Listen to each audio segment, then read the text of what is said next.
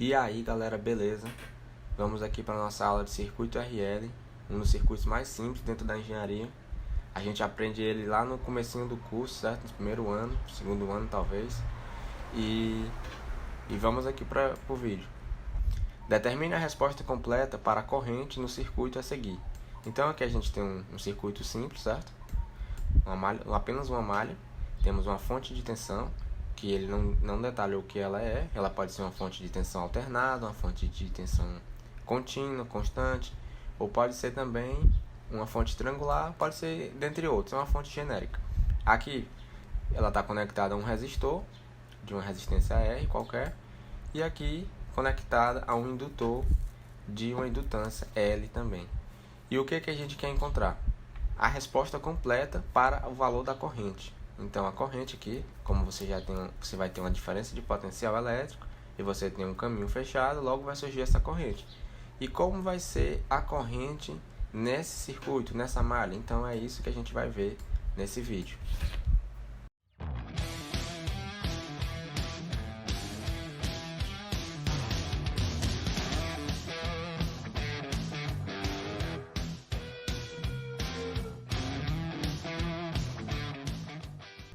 Então, vamos lá encontrar o valor da corrente.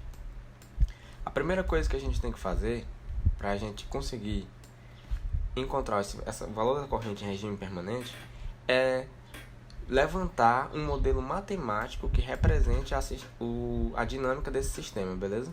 E como é que a gente vai fazer isso? A gente vai fazer isso através da lei de Kirchhoff. Beleza, galera? Então vamos lá. Para a gente levantar esse modelo matemático, a gente vai utilizar aqui a LKT, certo? Que é a lei de Kirchhoff das tensões. E o que essa lei fala para a gente? Ela diz que a soma das tensões nos componentes de uma malha fechada tem que resultar igual a zero. Então, vamos escrever essa expressão. Antes disso, eu preciso indicar o sentido que eu vou analisar na malha, certo? Eu geralmente faço o sentido horário, beleza? Então, eu atribuo os sinais assim. Quando eu entro aqui na ponteira negativa do elemento, eu considero a tensão negativa. E quando eu entro na ponteira positiva, eu considero a tensão positiva. E assim, eu continuo até fechar a malha e depois igual a zero. Você pode fazer em forma anti-horário e é só fazer as devidas considerações e levar até o final. Mas eu sempre faço assim porque a maioria dos livros sempre resolve dessa maneira. É um método clássico. Então, entrando aqui na ponteira negativa da tensão, eu vou ter, então, menos VG, beleza? Então, menos VG de T. Aí depois, eu entro aqui no resistor, certo? Então, é mais a tensão no resistor, que é uma função que depende do tempo. E depois, eu entro no indutor, na tensão do indutor, então, é mais a tensão no indutor no tempo. Isso tudo, eu fechei a malha, certo? Aqui eu já volto no ponto de partida. Então, simplesmente igualo a zero. Então, essa equação aqui é a equação que a lei de Kirchhoff das tensões nos fornece. E aí, galera, em seguida, o que eu preciso fazer? Eu preciso evidenciar a corrente. Eu estou atrás em busca da corrente aqui nessa malha. Se você observar aqui, está em forma da tensão. Mas é simples para a gente fazer isso e colocar em função da corrente. Então eu vou apenas repetir aqui a tensão na fonte, beleza? Não faço nada com ela. Mas a tensão em um resistor, o que foi que a lei de Ohm lá disse pra gente lá em circuitos elétricos 1, que a gente já aprendeu, já esqueceu? Ela diz que a tensão em um resistor é igual à corrente que atravessa ele multiplicado pelo valor de sua resistência, ok? E qual é a tensão em um indutor? Lá do eletromag 1, a gente decorou lá, né? Que é L, DI, DT. Beleza? Esse I aqui é uma função que depende do tempo. Então a tensão em um indutor é igual a sua indutância multiplicado pela variação temporal da corrente na tensão, beleza? Variação temporal. Nosso próximo passo agora é resolver essa equação aí acima. Essa equação, se você observar, é uma equação que envolve uma derivada. A derivada aqui da nossa corrente. Então, se é uma equação que envolve a derivada, então ela é uma EDO. É uma equação diferencial ordinária. Certo, aqui a gente tem nossa EDO para resolver. Como é que eu resolvo essa EDO aí simples? Então, eu tô atrás aqui é de quem? De resolver é a corrente, beleza? Então, nessa EDO eu vou ter que achar uma função que quando eu atribuo dentro dessa expressão dá igual a zero. Então, essa função que eu vou achar, ela vai possuir a seguinte característica. Vai ser uma função I de t, que é a que eu estou querendo encontrar. Ela vai ter duas partes. Uma parte da função é a chamada a corrente natural, que é a resposta natural do sistema. E a outra parte é a resposta forçada para o sistema. Então, aqui é a nossa resposta para a nossa EDO na expressão aí logo acima. Beleza, galera? Então, vamos descobrir primeiro essa primeira parte, certo? A resposta natural, depois a gente descobre a resposta forçada e depois basta somar as duas respostas e a gente obtém a forma da corrente para esse circuito. Então, primeira parte. Beleza. Resposta natural. O que seria a resposta natural para esse tipo de sistema? A resposta natural no circuito, como esse aqui, seria a resposta sem excitação, ou seja,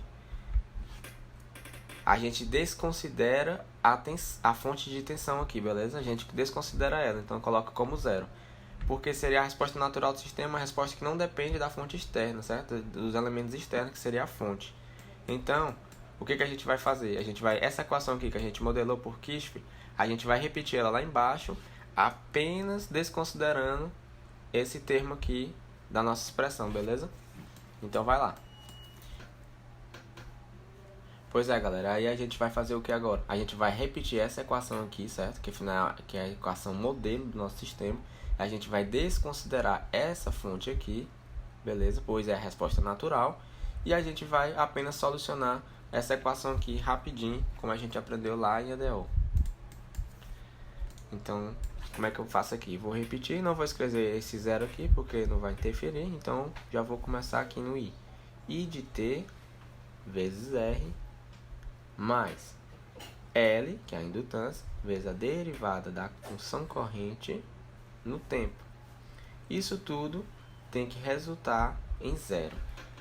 Aí, galera, uma coisa assim que eu vejo bastante acontecer na maioria dos cursos de engenharia é que quando a gente está lá em EDO, a gente aprende a resolver equações muito difíceis, muito complexas, equações de Bernoulli, equações de terceira ordem e tal. E aí, quando a gente passa de EDO, beleza, aí geralmente passa mais uns 2 semestres para a gente estudar circuitos elétricos. E aí a gente já não sabe mais resolver uma equação simples como essa aqui, que é um EDO de primeira ordem. Então, eu vejo bastante, eu tive esse problema, vários amigos meus também tiveram esse problema. Eu acho que isso vem porque quando a gente trabalha com EDO, geralmente não tem muita aplicação lá. A gente apenas pega a equação crua e resolve. Não sabe o que está fazendo, certo? Geralmente é assim. Então eu acho que é por isso, mas aqui, se você for fazer uma analogia, é como se a gente tivesse assim, um y, certo? Vezes uma constante r mais L vezes a derivada de y. É mais ou menos assim que a gente vê isso aqui lá em EDO. Aí quando a gente leva aqui para corrente, tensão, indutância, resistência, geralmente buga a cabeça da maioria das pessoas. Mas aqui é simples. Como é que resolve um EDO desse tipo aqui? Eu tenho que separar elas dos dois lados, certo? Que é por separação. E aí, fazendo isso, eu vou ficar assim. Eu vou ficar com essa parte aqui, certo? E essa outra aqui eu vou passar para o outro lado da igualdade. Então, como vai ficar a nossa expressão? Vai ficar L, derivada da corrente, igual... Aí, se ele vai passar para o outro lado, né? Vai passar negativo. Então, vai ficar I de t vezes R. Beleza. Depois disso, eu tenho que isolar todo mundo que tem corrente de um lado e o que for constante eu passo para o outro lado para ficar com dt. Então, aqui a minha corrente eu vou passar para o lado de cá. Então, vai ficar desse lado, vai ficar di, certo? dt, dividido por i t. E do outro lado eu vou ter menos, aí r, dividido por L, vezes a derivada do tempo, não dt, certo? Depois que eu faço isso, eu tenho que resolver integrando dos dois lados a nossa EDO. Então, vai ser a integral indefinida desse lado e a integral indefinida desse outro lado. E essa integral definida, lá do cálculo, que a gente faz bastante, ela vai ter a gente tem que lembrar da seguinte situação, que toda vez que a gente faz uma integral indefinida, a gente tem que adicionar na resposta final, ou seja, a função primitiva dela, somar uma constante, beleza? Porque quando você faz uma integral indefinida, você acha a família de funções que é a resposta para essa integral. Então, qual é a integral de 1 sobre i de t, né? Daí, aqui você, é porque quando coloca i, você às vezes fica meio confuso, mas você tem que fazer a analogia seguinte, ó. Lá do cálculo, rapidinho, 1 sobre x dx, é a mesma coisa, não é diferente não. Então fica ln do módulo de x, beleza? Como é integral definida, você soma uma constante. Isso aqui é só um rabisco mesmo pra gente relembrar. Mas aqui, ó, qual vai ser a resposta então? Ln do módulo de i, certo? A gente não precisa, nesse caso aqui, se preocupar com o módulo não. Vamos botar mesmo sem o módulo. Mais uma constante. Não pode esquecer, pois é uma integral indefinida. Eu vou chamar aqui uma constante de C1, certo? Você pode dar o nome que você quiser. E desse outro lado, você está integrando em relação à variável t, que é o tempo. E a resistência e a indutância não dependem dessa variável. Então, você simplesmente vai integrar uma constante. Como é que integra uma constante? Você apenas bota a variável que está sendo integrada, que é o nosso t. Mas somar uma constante, pois também esse caso é uma integral indefinida, beleza? Não pode esquecer disso. Depois que eu considero essas constantes, o que eu tenho que fazer agora? Eu tenho que isolar a corrente desse lado de cada membro, certo? Da equação, para eu achar a resposta. Então eu vou ter que passar essa constante para o outro lado da equação. Aí agora, você observa, se eu vou passar essa constante para esse lado da equação, então vai ficar C2 menos essa constante, C1, que vai resultar em uma nova constante. Então, para eu não ficar com várias constantes considerando, eu posso considerar apenas uma constante. Então, vai ficar ln i de t igual menos r sobre l vezes a variável t mais uma constante que eu vou chamar apenas de c dessa vez, beleza? Lembrando que você poderia ter pulado desse lado, dessa equação aqui, direto para essa, beleza? E para cá. Eu fiz assim, prefiro assim porque fica mais fácil de você entender. E aí, de não ter dificuldade com isso aí, beleza? Mas é assim que se faz, passo a passo. Depois disso, você tem que ver aqui que eu não quero achar o ln da corrente. Eu preciso achar a corrente, então eu tenho que sumir com esse ln daí, beleza? E como é que eu faço isso? Primeiro, eu tenho que jogar a função exponencial dos dois lados da equação. Por quê? Porque a exponencial do ln da i de t vai resultar apenas em i de t. Então vai ficar i de t, beleza? Igual. Aqui, lá da matemática básica, por exemplo, quando você tem 2 vezes 2 vezes 2 vezes 1. Como esses dois aqui é a mesma base, você fica com a mesma base e soma os expoentes, não é isso que a gente viu lá? Para quem está esquecido, aqui é do mesmo jeito. Então, a diferença agora, que eu vou fazer a operação voltando. Então, vai ficar exponencial elevado a c vezes exponencial elevado a menos r sobre lt, certo? E aí, se eu fizer aqui de novo a soma, dá esse mesmo valor. Se você pegar o número de Euler e elevar ele a uma constante, você vai ter uma nova constante, certo? Então, eu posso chamar esse termo todinho de uma nova constante. Então, repetindo a equação, eu tenho i de t igual a uma constante, que dessa vez eu vou chamar k, geralmente é assim que está no livro, é igual a r elevado a menos r sobre l vezes a variável tempo. E isso aqui é a nossa resposta natural, então a gente indica aqui com esse nzinho, beleza? E você ainda pode fazer mais uma coisinha que tem nos livros, que é deixar a resposta em função de tal. Tal é a constante de tempo, beleza? Que é essa letra aqui, grega. Tal, ele é L sobre R, para esse caso, beleza? O circuito RL. E o que seria esse tal? Você vai fazer o seguinte, você vai deixar a resposta em função dele, em vez da resistência e da indutância. você vai ter IN de T, não é isso?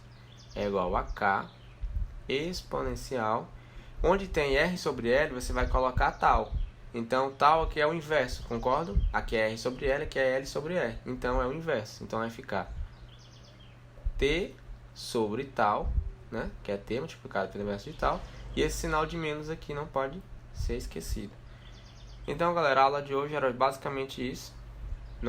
Eu vou dividir aqui em duas aulas, porque vai ficar muito extenso o cálculo, para vocês entenderem melhor, beleza? Eu vou colocar resolvendo a EDO para a resposta forçada, beleza? Resposta aqui. E depois somar as duas respostas e a gente vai ter a resposta completa dessa questão aqui. Então, queria agradecer vocês aí. E quem acha que o trabalho tá bacana e quer fortalecer ele, deixa o like aí e compartilha com a galera que tem prova amanhã e tá pegando agora à noite para mexer, beleza? Valeu!